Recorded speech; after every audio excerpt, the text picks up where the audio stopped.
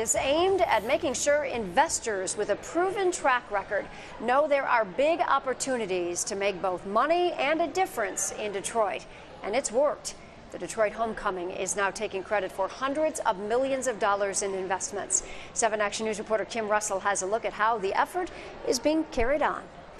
It was a simple idea: invite people from Detroit who have moved across the country and achieved great success home, then inspire them to invest in their city.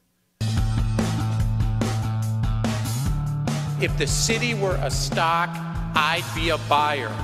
It was last year that Jim Hayes turned the idea into reality with the help of Crane's Detroit business. So here we are. I mean, now we're starting a second year. I think last year was wonderfully successful, really almost beyond our expectations. Organizers now say the event is credited with $230 million in direct investments and 30 different initiatives.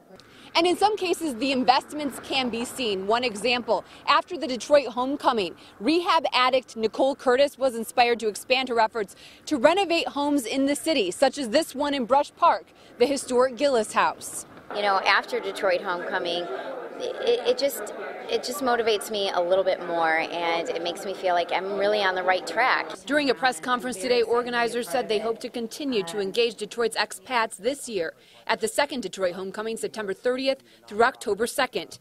Billionaires, sports and entertainment stars, and entrepreneurs will be invited.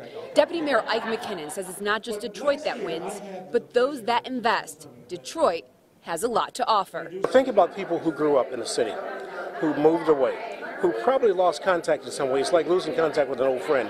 And suddenly you hear that that friend or person is doing something, and probably doing something great. In Detroit, Kim Russell, 7 Action News.